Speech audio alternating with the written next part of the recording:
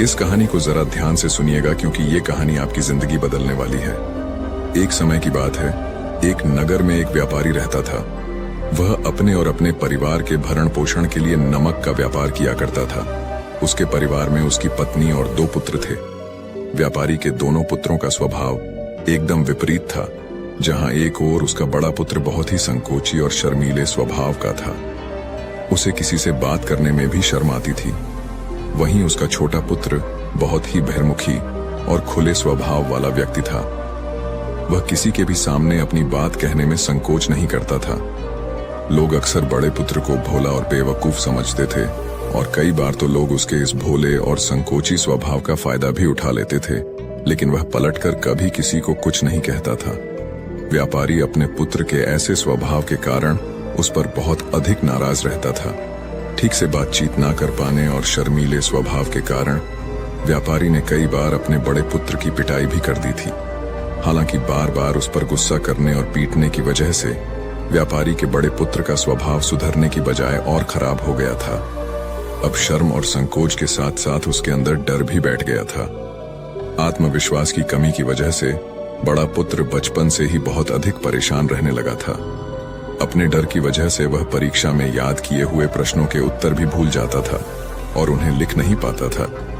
इस कारण उसकी शिक्षा भी ठीक ढंग से पूरी नहीं हो पाई। बड़ा पुत्र जब जवान हो गया तो व्यापारी ने उसे अपने साथ व्यापार में हाथ बटाने के लिए कहा। अपने पिता के प्रति डर के कारण वह व्यापार में उनका हाथ बटाने के लिए तैयार हो गया, लेकिन वह व्यापार में कई बार ऐसी गलतियां कर देता था जिससे व्यापारी उस पर बहुत अधिक क्रोधित हो जाता था। एक दिन की बात है, व्यापारी किसी काम से शहर गया हुआ था और उस दिन दुकान पर उसका बड़ा पुत्र बैठा हुआ था। तभी कुछ लोग आए और उन्होंने बड़े पुत्र से कहा कि हमें तुम्हारे पिता ने भेजा है और उनका यह संदेश है कि इस समय दुकान में जितनी भी नमक की बोरियां रखी हुई हैं वह सब हमें दे दो। तुम्हारे पिता ने नमक की सभी बोरियों को शहर मंगवाया है। व्यापारी का पुत्र उनसे प्रश्न पूछने की हिम्मत जुटा ही रहा था कि वे दोनों आदमी दुकान के अंदर घुस गए और वहां जितनी भी नमक की बोरियां रखी हुई थीं उन सबको अपनी घोड़ा गाड़ी में रखा और लेकर जाने लगे। व्यापारी के पुत्र ने उन्हें रोकने का प्रयास किया, लेकिन संकोच और डर के कारण वह उनसे कुछ कह नहीं पाया। उसने मन ही मन सोचा कि अगर मैं इन्हें नमक ले जाने से रोकता हूं तो पिताजी मुझ पर नाराज होंगे। कुछ दिनों बाद जब व्यापारी शहर से वापस आया तो दुकान को खाली देखकर उसने अपने पुत्र से पूछा, नमक की बोरियां कहाँ गई? ये दुकान इतना खाली खाली क्यों है? तब बड़े पुत्र ने सहमी हुई आवाज में कहा, कुछ लोग दुकान पर आए थे और उन्होंने मुझसे कहा कि आपने नमक की सारी बोरियों को शहर मंगवाया है। और फिर वह दुकान की सारी बोरियों को निकाल कर लेकर चले गए। ये सुनते ही व्यापारी ने अपना सिर पीट लिया। उसने पुत्र को दुकान से धक्का देकर बाहर निकालते हुए कहा, मंदबुद्धि, तू मूर्ख का मूर्ख ही रह जाएगा। वे लोग तुझे बेवकूफ बनाकर सारा सामान लूट ले गए। तूने मेरा बहुत भारी नुकसान करवा दिया है। अब यहाँ से चला जा और घर वापस मत आना। अगर तू वापस आया तो मैं मार मार कर तेरी खाल उधेड़ लूंगा। व्यापारी का पुत्र इस घटना से बहुत दुखी हुआ। एक बार फिर उसके संकोची स्वभाव की वजह से उसके पिता उस पर और अधिक नाराज हो गए थे और साथ ही व्यापार में इतना भारी नुकसान हो गया था। उस समय नगर के कई लोग व्यापारी के पुत्र पर हंस रहे थे और उसका मजाक उड़ा रहे थे, जिससे उसे खुद पर बहुत अधिक शर्मिंदगी महसूस हो रही थी। यही वह समय था जब उसने मान लिया कि अब उसका कुछ नहीं हो सकता। वह हमेशा मूर्ख का मूर्ख ही रह जाएगा और इस समाज में रह रहे लोगों के साथ कदम से कदम मिलाकर कभी नहीं चल पाएगा। यही सब सोचता हुआ व्यापारी का पुत्र नगर से बाहर आ गया और एक नदी के किनारे बैठकर खूब रोया। गहरे पानी को देखकर उसके मन में विचार आया कि अब उसके जिंदा रहने का कोई फायदा नहीं है। उसने निश्चय कर लिया कि आज इस नदी में डूबकर वह खुद को समाप्त कर लेगा। असफल जीवन जीने से अच्छा है कि वह खुद को समाप्त कर ले। उसने जैसे ही नदी में छलांग लगाई और डूबने लगा तो उसी नदी में स्नान कर रहे एक बौद्ध भिक्षु ने उसे बचा लिया और नदी से निकालकर बाहर ले आए। व्यापारी का पुत्र बौद्ध भिक्षु पर नाराज होने लगा और कहने लगा कि आपने मुझे क्यों बचाया? मैं इस असफल जीवन को जीना नहीं चाहता। बौद्ध भिक्षु ने उसे समझाते हुए कहा कि जीवन एक ही बार मिला है और अगर तुम जीवित ही नहीं रहोगे तो असफलता को खत्म करके सफल कैसे बनोगे? तब व्यापारी के पुत्र ने कहा कि मेरे जीवन में बहुत अधिक समस्याएं हैं और यह समस्याएं मेरे शर्मीले और संकोची स्वभाव की वजह से हैं। मैंने अपने डर और संकोच की वजह से अपने पिता का भारी नुकसान करवा दिया है। मैं एक अच्छा पुत्र नहीं हूँ। अपने भयभीत स्वभाव के कारण मैं ठीक से शिक्षा भी ग्रहण नहीं कर सका। सारे नगरवासी मुझे मूर्ख समझते हैं। क्या किसी मूर्ख को इस दुनिया में जीने का अधिकार है? तब बौद्ध भिक्षु ने कहा कि तुम्हारे इस प्रश्न का उत्तर तो मेरे गुरु ही देंगे। चलो, मैं तुम्हें अपने गुरु के पास ले चलता हूं। व्यापारी के पुत्र ने कहा। वह किसी से बात नहीं करना चाहता। आज वह अपना जीवन समाप्त करके ही मानेगा, किंतु बौद्ध भिक्षु के बार बार समझाने पर वह उनके साथ चलने और उनके गुरु से मिलने को तैयार हो गया। बौद्ध भिक्षु व्यापारी के पुत्र को आश्रम की ओर लेकर गए। वहां पर व्यापारी के पुत्र ने देखा कि एक महात्मा पेड़ के नीचे ध्यानमग्न अवस्था में बैठे हुए हैं। तभी बौद्ध भिक्षु ने उन महात्मा की ओर इशारा करते हुए कहा, यह हमारे गुरु गौतम बुद्ध हैं। दोनों ने गौतम बुद्ध को प्रणाम किया। बुद्ध ने उत्तर में एक मुस्कुराहट के साथ अपना हाथ उठा दिया।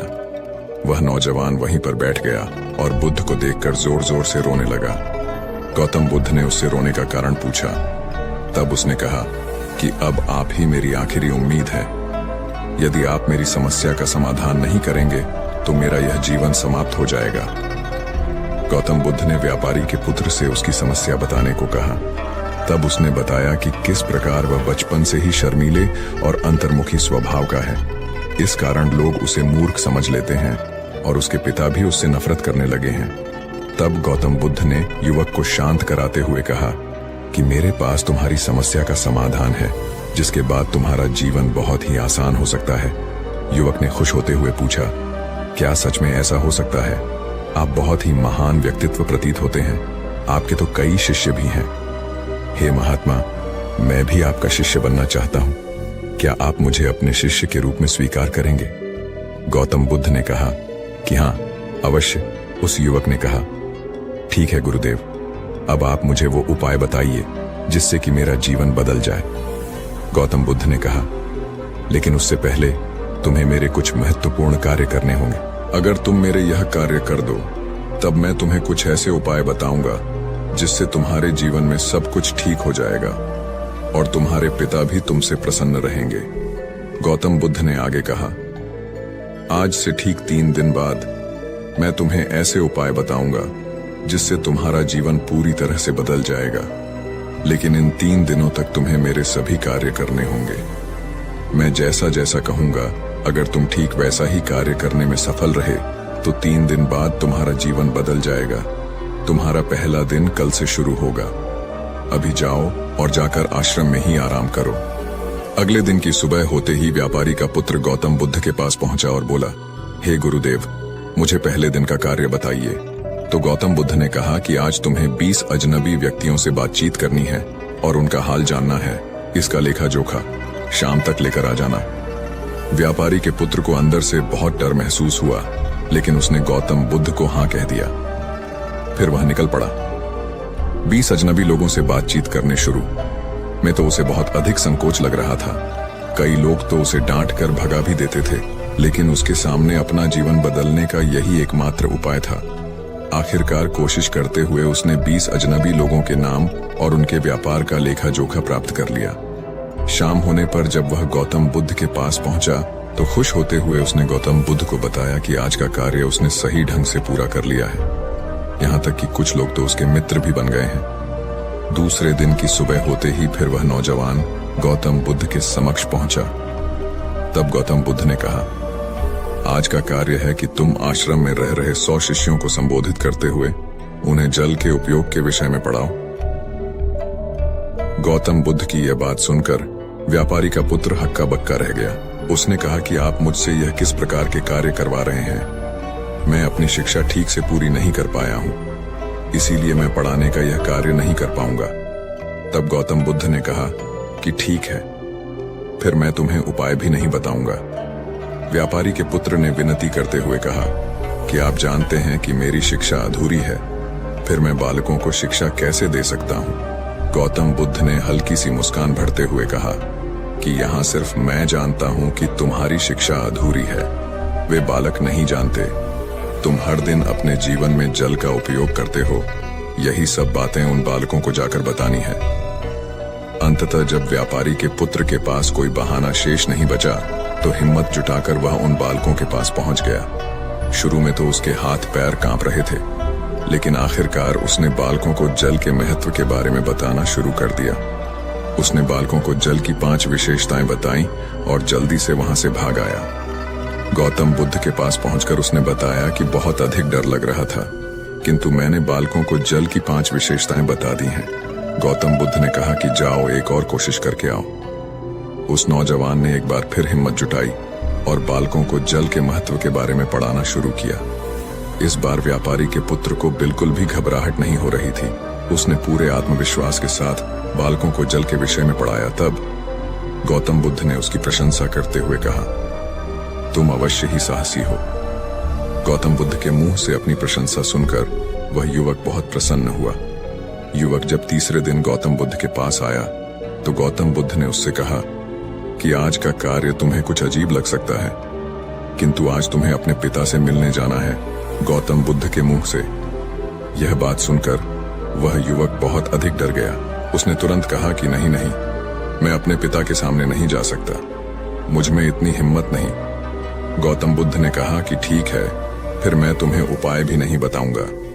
अंततः व्यापारी के पुत्र को गौतम बुद्ध की बात माननी पड़ी।